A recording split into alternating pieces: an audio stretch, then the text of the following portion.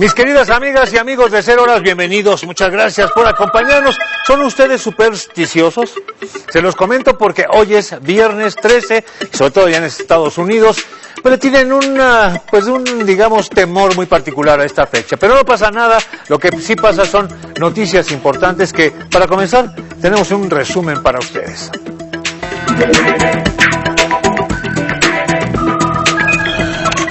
Polémica por ley de víctimas. Asegura el secretario de Gobernación que en caso de ser necesario, el gobierno federal podría establecer una controversia constitucional. Sería peor, porque lo que tendríamos es, en efecto, una instancia para atención a las víctimas que le dictara a los estados medidas que los estados podrían no cumplir. ¿Por qué? Porque el precepto constitucional no está sólido de esa ley.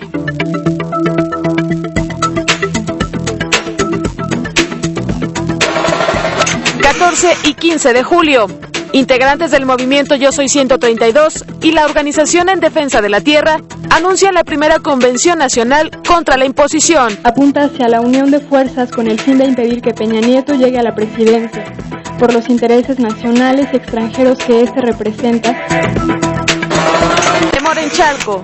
TVC Noticias visitó la zona desde donde hace unas semanas se han sentido varios temblores debido a la supuesta sobreexplotación de los mantos acuíferos. La verdad sí estamos muy preocupados porque realmente no sabemos qué va a pasar con nuestro patrimonio, porque la verdad sí es bastante temeroso vivir así.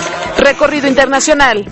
Tragedia en Nigeria luego de que un camión cisterna se accidentara. Mientras varias personas trataban de recoger el combustible, el camión explotó. El gobierno debe intensificar los esfuerzos para concluir la dualización de este camino, para evitar accidentes futuros.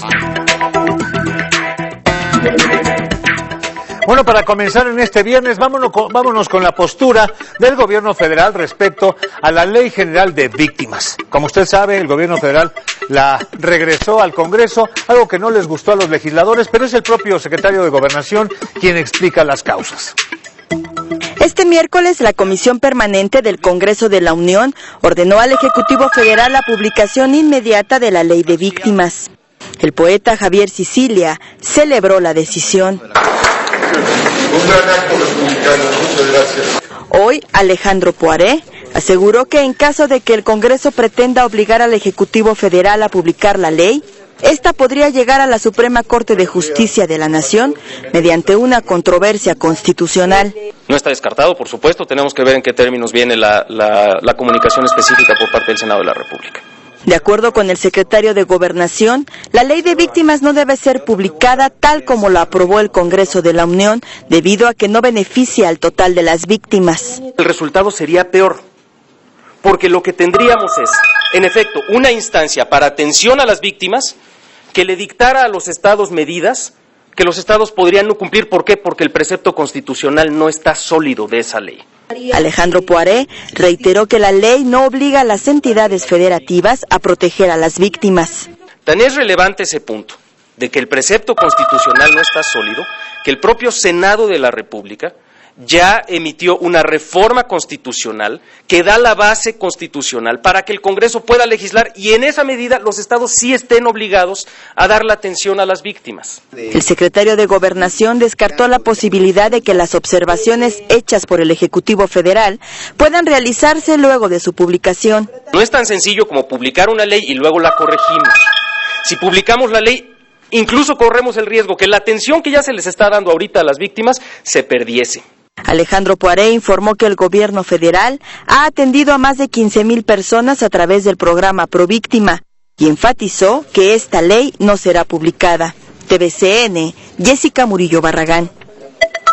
Integrantes del movimiento Yo Soy 132 y algunas otras agrupaciones afines van a realizar su primera convención nacional, y esto va a ser mañana sábado y el próximo domingo allá en San Salvador Atenco, en el Estado de México.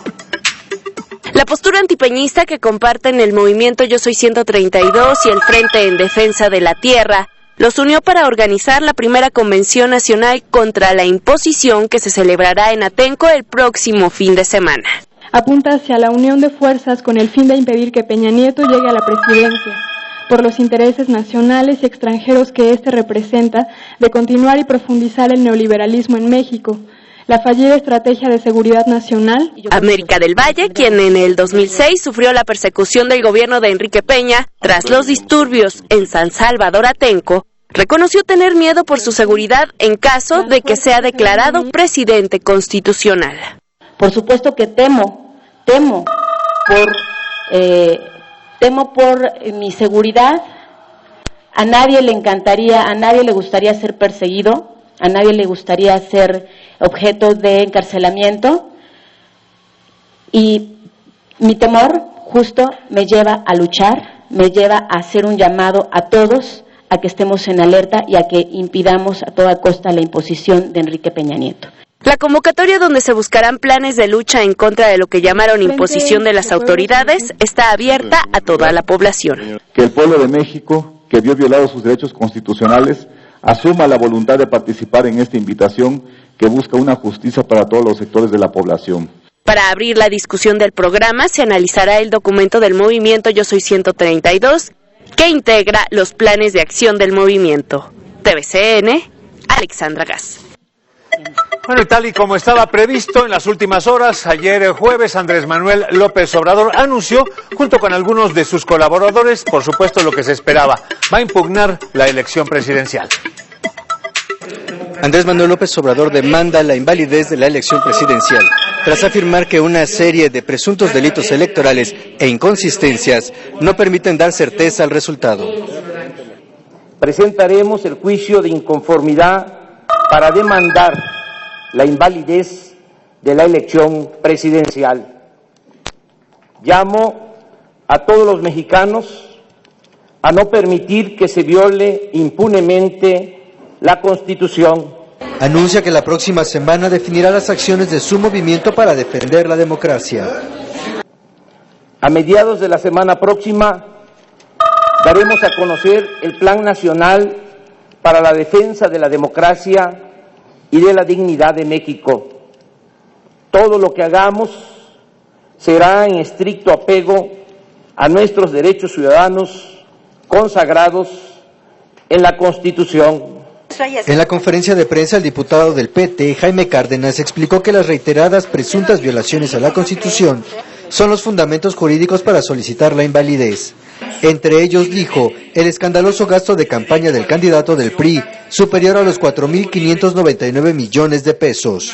Quiere decir que hubo un exceso de 4.263 millones de pesos de diferencia, de exceso, de rebase, de tope de gasto de campaña. Esta violación a la Constitución es lo suficientemente grave para que se invalide el proceso electoral. Ricardo Monreal demandó que el IFE y la FEPADE atiendan las denuncias presentadas y exigió al TRIFE limpiar la elección presidencial. El TRIFE tiene la obligación suprema de garantizar que no se viole la Constitución. Debe invalidar la elección y reparar el daño. Todas las pruebas de impugnación fueron llevadas ante el secretario ejecutivo del IFE, quien tendrá 72 horas para validarlas y remitirlas al TRIFE para su análisis.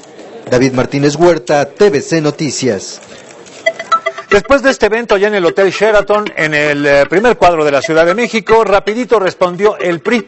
Su dirigente nacional dijo varias cosas, entre otras que Andrés Manuel López Obrador no sabe perder. Andrés Manuel López Obrador debe reconocer que durante la elección presidencial de este 2012 no fue un candidato competitivo como en el 2006. Entonces ganó en 16 estados del país. Ahora solo pudo triunfar en 8. En 2006 ganó en 3 circunscripciones. Ahora solo en 1. En 2006 fue el puntero durante gran parte de la campaña y acabó perdiendo por una diferencia de 233,000 votos. En 2012 jamás consiguió ser el puntero y terminó debajo del ganador por 3,329,785 votos. El presidente nacional del PRI aseguró que el candidato de las izquierdas no solo faltó a su palabra empeñada durante el pacto de civilidad firmado en el IFE, sino que además ofende a la mayoría de los mexicanos que votaron por una opción política diferente. Lanza acusaciones sin fundamento, ofendiendo la dignidad de millones de mexicanos que ejercieron sus derechos políticos con dignidad y en libertad, a quienes descalifica con la supuesta venta de su voto. Pedro Joaquín Codwell aseguró que el verdadero problema de esta elección fue la candidatura de Andrés Manuel López Obrador. El único problema de esta elección fue haber tenido a quien probada y reiteradamente ha sido un mal perdedor. El presidente nacional del PRI aseguró que su partido coadyuvará con el Tribunal Electoral del Poder Judicial de la Federación para que éste califique la elección presidencial. Con información de Jessica Murillo, TVC Noticias. Y en más de estos temas, de millones y millones de mexicanos que viven fuera de nuestro país, en Estados Unidos, en España, en Japón, en China, en Singapur, de millones de mexicanos que viven fuera de México, resulta que solamente votaron 40,000. ¿Sabe usted por qué? Dicen que por desconfianza a las autoridades mexicanas. Los mexicanos que radican en el extranjero mostraron desánimo y desinterés para votar en las pasadas elecciones. De acuerdo con el Monitoreo Ciudadano Binacional 2012, este año apenas sí votaron 40,737 ciudadanos mexicanos radicados en todo el mundo, pese a que la convocatoria pasó de 80 a 91 países. Y eso que según el IFE, 4,200,000 mexicanos radicados en Estados Unidos tienen credencial de elector. Por un lado, el alto nivel de desconfianza que existe sobre el sistema electoral en México. Por otro lado, la falta de información que hay sobre el proceso de votación desde el extranjero. Otro problema que se detectó es que el modelo del voto postal está rebasado. En esta elección no llegaron a tiempo miles de sufragios. De 18,378 votos no llegaron a su destino para ser contabilizados. De esos 18,378, 460 llegaron en forma extemporánea y los paquetes ya fueron destruidos por el Instituto Federal Electoral. Sin embargo, aún nos quedan 17,918 votos, de los cuales no tenemos registro de lo que haya sucedido con ellos. Iniciativa Ciudadana para la Promoción de la Cultura del Diálogo, AC, quien realizó este monitoreo, considera que las autoridades electorales deben cambiar la modalidad del voto, que sea electrónico, por internet, porque así se reducen costos, trámites y periodos de registro. El modelo para el voto mexicano en el exterior sigue siendo restrictivo y excluyente. Además de que se realice una intensa campaña con antelación al próximo proceso electoral, porque se requiere de mayor información. El voto del extranjero avanzó muy poco en esta jornada electoral, apenas 7,600 votos más que en 2006. Para TVCN, Mari Carmen Wister. Hagamos ahora un vuelo por el mundo para recorrer la información internacional más destacada. Fíjese que en Nigeria, al estar ordeñando un camión cisterna del cual manaba combustible, explotó y pues en el acto murieron 95 personas. Dicen que en el pecado llevaron la penitencia. Y por otro lado, ante la situación tan triste que está viviendo España respecto al desempleo y la recesión, los alemanes dicen que están dispuestos a aceptar jóvenes para que trabajen como aprendices allá en Alemania. Las fuertes lluvias en Japón se están llevando todo a su paso. Hay más de 20 desaparecidos y cientos de hogares destrozados por las fuertes inundaciones y los desprendimientos de tierra provocadas por las peores precipitaciones registradas en años en la zona de Kumamoto y Oita, al oeste de Japón, según la agencia meteorológica. Luego de que hace unos días se reportaran al menos 60 muertes de bebés en Camboya por un virus desconocido, los médicos aseguran que se trata de fiebre aftosa, que provoca fiebre alta, inflamación cerebral, parálisis y paro respiratorios a los menores. La cepa enterovirus 7.1 o EV7.1 provocó alarma internacional. Un experto de la Agencia de Salud de las Naciones Unidas dijo que aunque es una enfermedad conocida en el país asiático, es la primera vez que se presenta en Camboya. Al menos 95 personas, entre ellos mujeres y niños, murieron después de que un camión cisterna se estrelló y estalló en llamas mientras una multitud se acercaba para recolectar el combustible derramado, según versiones oficiales. Hay 18 heridos que se encuentran hospitalizados. El gobierno debe intensificar los esfuerzos para concluir la dualización de este camino, para evitar accidentes futuros y asegurarse de que hay instalaciones médicas a lo largo de la carretera. 87 de las víctimas mortales fueron enterrados en una fosa común debido a que la gravedad de las quemaduras dejaron a los cadáveres irreconocibles. El líder palestino Yasser Arafat murió envenenado por una sustancia tóxica desconocida que no fue examinada en su momento, indicó el director del comité médico que investiga las causas del fallecimiento. Enseguida respondió uno de los sobrinos de Arafat, Nasser al-Kidwa, y acusó a Israel de haber provocado la muerte de su tío en el 2004 envenenándolo con polonio y exigió que los responsables sean juzgados. El presidente de Uruguay, José Mujica, condicionó la legalización de la venta de marihuana que impulsa su gobierno desde hace unas semanas. Dijo que si el 60% de la población la aprueba, seguirá la iniciativa. De lo contrario, renunciarán al proyecto.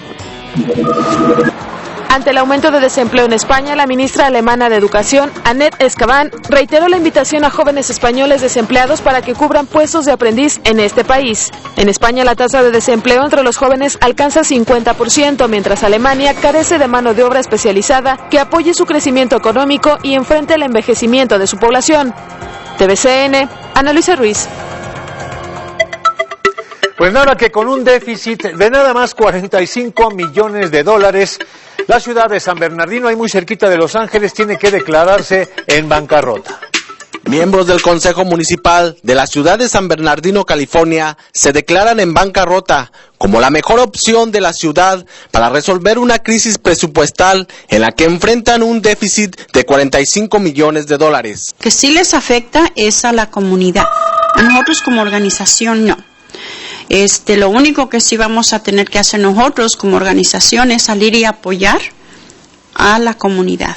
También reiteró que la decisión fue tomada repentinamente sin previo aviso y que todos se quedaron sorprendidos por la noticia. Para nosotros, igual que para el resto de la comunidad, ha sido una noticia muy dura.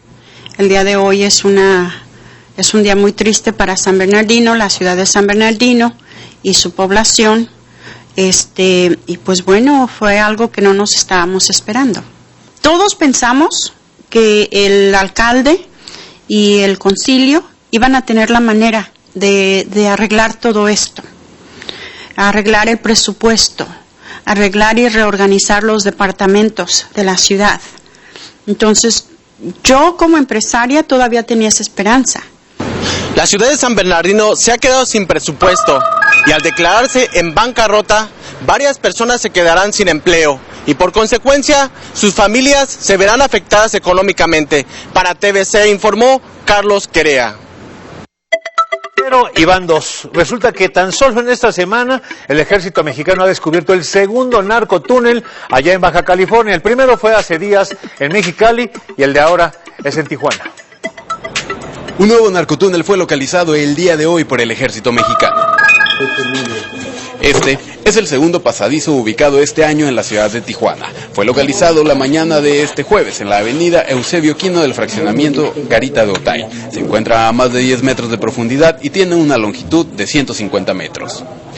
Personal militar jurisdiccionado a este mando territorial efectuó reconocimientos terrestres en el fraccionamiento Garita de Otay, delegación Mesa de Otay de Tijuana, localizando un túnel en construcción de 10 metros de profundidad, 1 metro de ancho por 1,70 de altura. El acceso al narcotúnel se ubica dentro de un baño de la empresa recicladora RI Derivados y estaba camuflado con un lavamanos. Está una especie de, está un baño, está el lavabo y en la parte de abajo del lavabo está una madera y ahí una tapa y ahí están los 10 metros de profundidad y la entrada al túnel. Se decomisaron 2 vehículos tipo tractocamión, no hubo detenidos y las autoridades militares dicen desconocer a qué organización delictiva pertenecía el pasadizo. Este narcotúnel que se encontró en una recicladora de plástico cuenta con 150 metros de largo y no se localizó salida en Estados Unidos. Con imágenes de Jorge Jiménez, Síntesis Tijuana, Jorge Nieto. De regreso a la información del centro de la República Mexicana, son miles los habitantes de Chalco que se siguen preguntando qué es lo que está pasando con estos temblores y estas vibraciones que han sentido en últimas fechas. Algunos de ellos las atribuyen a la extracción de agua de los pozos profundos que, por desgracia, se siguen perforando. Bajo la aparente quietud, el riesgo es latente aquí, en San Martín Cuautlalpan, en Chalco, Estado de México. Los habitantes sienten fuertes sismos que no son producto de las placas tectónicas ni de la cercanía de Don Goyo. Es un poquito con susto, pues se sintió bastante fuerte, pero no sabemos qué es en realidad. Se simbra la tierra. Sí fue muy intenso, en otras ocasiones había temblado, pero no se sentía como esta vez. La verdad sí estamos muy preocupados porque pues realmente no sabemos qué va a pasar con nuestro patrimonio, porque la verdad pues sí es bastante temeroso vivir así. Se presume que la sobreexplotación de los mantos acuíferos ocasionó entre el sábado y domingo 3 sismos de 3.5 grados. Esa sobreextracción es la que generó hace 3 años una grieta de 5 kilómetros con 16 metros de profundidad que atraviesa la unidad Villas de San Martín. El pasado 23 de mayo, TVC alertó que con la llegada de la temporada de lluvias, estas casas estarían en riesgo del colapso y ahora está sucediendo. A partir de estos sismos se han visto muchas grietas que se han abierto, así como esta que tenemos aquí atrás. Hay varias calles que están afectadas. El temor es que se nos vaya a abrir más la grieta y se nos vayan a ir 2, 3 casas o más, porque hay varias casas afectadas que en un momento dado, si no se les da la atención, se pueden caer. Desde estos temblores, Protección Civil del municipio acude al sitio solo para apaciguar a la gente. Estructuralmente no hay daños. El gobierno del estado prometió un dictamen en 3 días, pero el geólogo que enviaron no tiene el equipo para realizar los estudios del suelo. El gobierno del estado es el que dio la responsiva y la firma de que estas unidades habitacionales se podían construir en estos terrenos. Y como le dijo el señor Vilches hace 3 años, sí es una zona de riesgo, pero es habitable. La versión de especialistas de la UAM Iztapalapa dice que la ambición de las constructoras generó el movimiento de la tierra. El mes pasado se estuvo perforando 2,5 metros para llegar a extraer agua a 400 metros. Sadasi quiere perforar un nuevo pozo, tiene ya 5 en esta unidad habitacional llamada Los Héroes, y ahora pretende perforar este último de 6º pozo, dañando de sobremanera el acuífero. De acuerdo con la UAM, Sadasi no tiene los permisos para explotar este pozo. En tanto, el patrimonio de cientos de familias se sigue fracturando. TVCN, Fanny Miranda. Como todos los viernes, nos vamos con mi general Sidronio Melgarejo, que hoy, por supuesto, toca el tema de las impugnaciones a la pasada elección presidencial.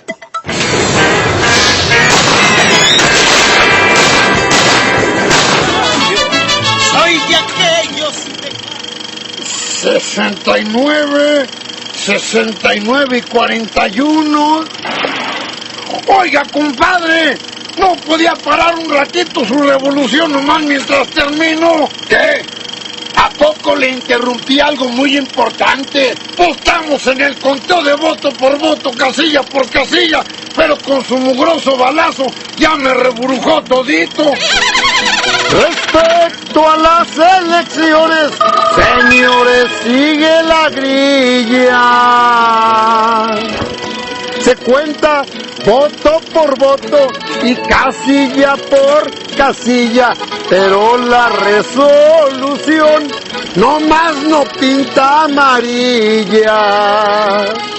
¿Y usted qué tiene que ver con el conteo? Pues fui funcionario de casilla. ¿En cuál? Pues la que pusieron a un lado del confesionario.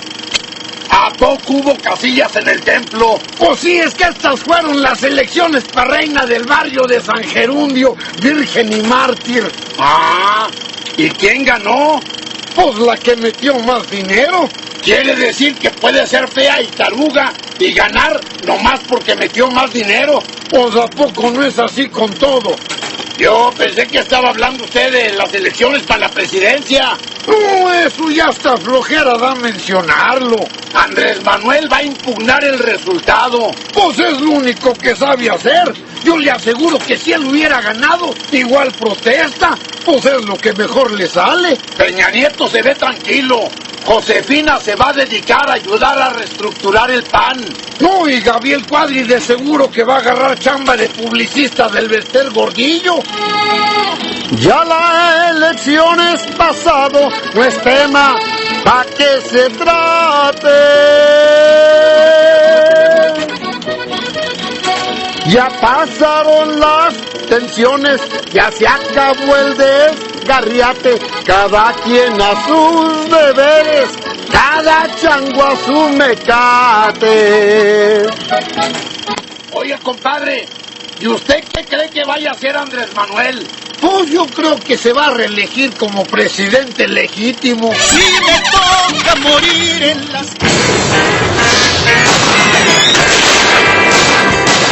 Pues ahí tiene usted a mi general Sidronio Melgarejo, a quien por cierto le mandamos un saludo, y también a toda la comunidad de Teocaltiche, allá en el estado de Jalisco. Muchas gracias. Como muchas gracias le dice su amigo Enrique Muñoz, quien se despide en este viernes.